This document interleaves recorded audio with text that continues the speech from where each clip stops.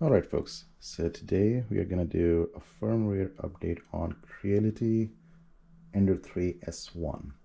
I bought this printer back in July 2023 and it came with 3.0.4. The current versions that they have officially released on Creality is 3.1.9 and 3.2.0. The difference between the two, they both were released on the same date, same month. The difference between the two is one supports more languages. So 3.2.0 has more language support, which I don't need, so I'm going to go with 3.1.9. I looked for the information, directions, everything to upgrade that to that. Unfortunately, all the instructions are at the very least a year old, and even Creality does not, and the Creality video does not show how to update the screen. They have written instructions kind of sort of vague. They leave out a whole bunch of stuff that I found out the hard way. But yeah, here we are. So here we go. So first off, you need an SD card for the main board and a micro SD card for the screen. And of course, you need Allen keys because you will need it. I'll show you just in a few seconds or minutes, we'll see. So I went with 8 GB for both. You can go smaller because quite frankly the size of the file or even the whole thing is barely 6 megabytes. So if you have 1 gigabyte, go for it. That's the smallest. 8 GB is the smallest one that I have, so I'm going with that. One thing to note, you have to format the both SD card and the micro SD card to FAT32 and to 4896 bytes file location, because otherwise it will not work. I learned that the hard way. I already formatted these, so we are good to go. For screen update, first thing you have to do is you have to go to the, as you can see, is 3.1.9, copy dcboot.bin, just that, and save that in here on your micro SD. Now, and they have instructions, yes, they do, but like I said, instructions are not that clear. Okay, first off, and then let's start with Mandarin, I believe. I'm not an expert, but Chinese, I will be that guy. I don't understand that, so I'm gonna go roll down to the English ones. So see, it says like put dcboot.bin into your TF card, which is your micro SD. Just turn off the printer, insert the card. Now here's what they don't tell you, that it says insert card into the card slot at the back of the screen.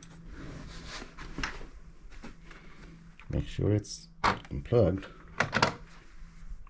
Where? Here? No, here, no, here, no, no. They don't tell you that you have to actually open the whole dang thing. I did not know. I was like, oh, okay. But anyway, it's not that hard. It's simple. They give you all the tools with that. So it's the number 3. If you lose this, it doesn't say the size, but it's 2.5 millimeters. So if you lose this, if you don't have this, you may have some laying around. Here's one thing that you should know, that after you remove the 4 screws and leave them there, you have to kind of yank it. Just hold on to this and yank it. Yeah, because see, it has clamps, so you need little muscles from Brussels. Now SD card goes, sorry, your micro SD card goes in here. It only goes in one way, so this is the top, from top down, oops, this way. Pin side goes, if I can yeah, it only goes in one way. It's not that difficult. I'm just making it difficult for no reason. I don't know why. There we go. So it goes in, click, you're done. Now if you want, personally, I wouldn't care, but play it safe, put the cover back on, plug it in,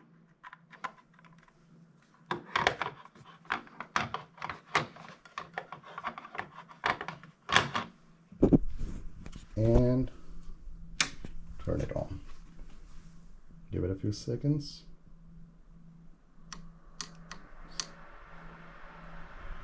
It'll do its thing. And we're done.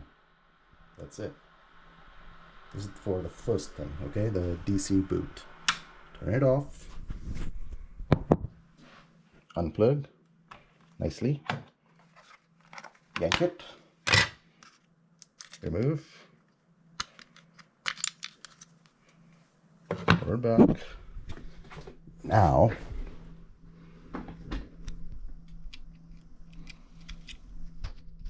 sorry, I don't have a harness. Otherwise, it would have been easier if I would have put this whole thing around my back, around my neck. Anyway, copy, as the instruction says. After this, you have to copy. Well, first off, you have to delete the DC boot, then copy private, DJC, twinset, twinset twice, no, just once, and the firmware.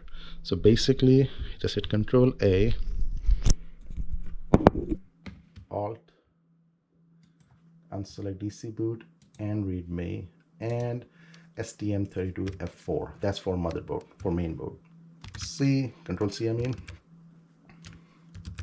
Go back to your micro SD, delete, V. Takes a few seconds, it's done. Unplug, move back. This time, see, easy peasy. Put the power back. If you want to, if you don't want to, your choice. It's free country, as long as you pay taxes, follow the law, and all that kind of stuff. You know, free country, right? Yeah. Anyway, not trying to be political or anything. Anyways, turn it on. Yeah, so this is gonna do its upgrading.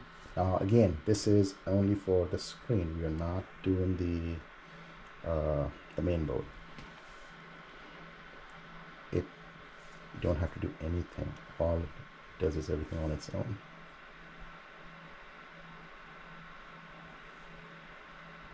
Takes a few seconds, minute, that's it. So there's a screen update file in 3.2.02. I don't think that's meant for mine, because I tried that and I got an error over here saying private too big, 5 megabyte greater than 1 megabyte, something like that. So that's another reason why I went with 3.1.9, not 3.2.0. And we are done. This is done. But you see how a whole bunch of stuff is missing, because that's gonna be fixed in the next step. Now here's what we're gonna do. Turn it off. Unplug. Yank it. Remove. Now, like I said, just plug it back in. I mean, I'm not gonna screw it right now, but you know. Now here's the thing. On my SD card, I already saved the other file. I can show you. Not the file, sorry, a folder, which will be STM. The only folder that we did not save. So I already have it in here. As you can see, I just did it today, an hour ago. So unplug, insert, turn on. It'll do its thing. It'll ask Chinese or English. Hit English. And guess what? It's done. Go to control, just to confirm. Go to info. There we go, 3.1.9. I mean, actually, if I want to, I can do 3. You know what? Why not? Let's do 3.2 as well. See what happens. What's the worst gonna happen? It will not work.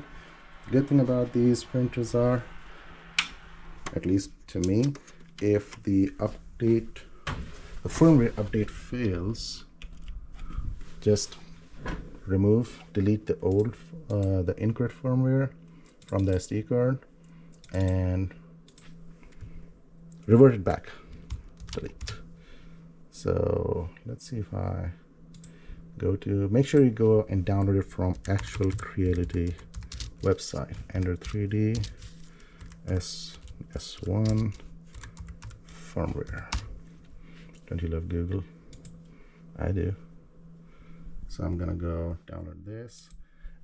If it works, it works. If it fails, it fails. What can I say? Okay, so now I'm gonna do unzip. Sorry, extract. Wording, phrasing. Okay, it's downloaded. Control C. Actually, not Control C. Sorry. Go in. Go to STM32. Control C. Going back to this. Control V. Close, all close. Let's see what happens. Well, if it fails, it's gonna be interesting video. If it does not fail, at least now you know. So again, it's doing, hey, it worked. Let's see how quickly it updated. It literally took no time. We go to info, and since mine is not compatible with 3.2, it didn't upgrade me to 3.2. It just kept it to 3.1.9.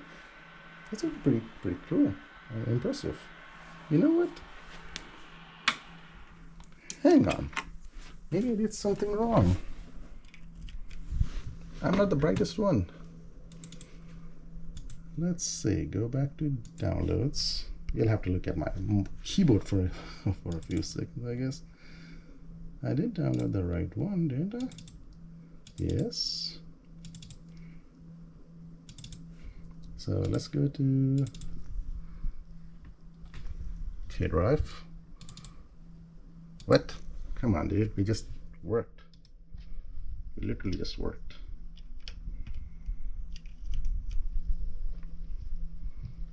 Ah.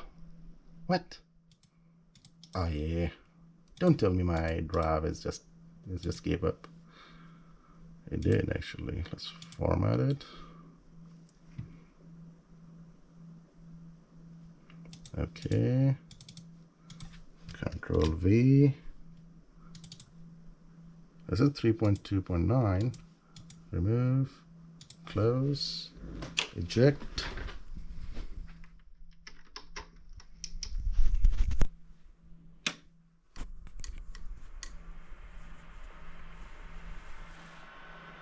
Let's see what happens, if anything happens.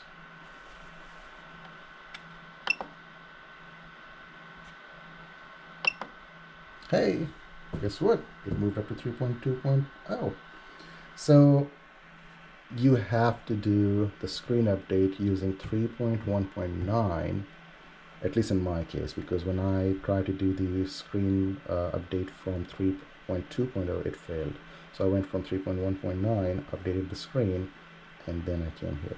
I will try down the road and see if I can do the screen update from 3.2.0 as well, but we'll see. So I'm low on battery right now on my GoPro, so that's gonna die on me.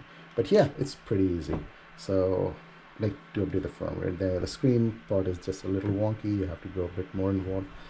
As far as the firmware goes for the main board, super easy. And if it gets screwed up, it fails, I always carry the older one as well. So I had the 3.0.4 saved. I just simply put the SD card in. I was good to go. Well, hope this helps. Thank you for watching. Have a good one.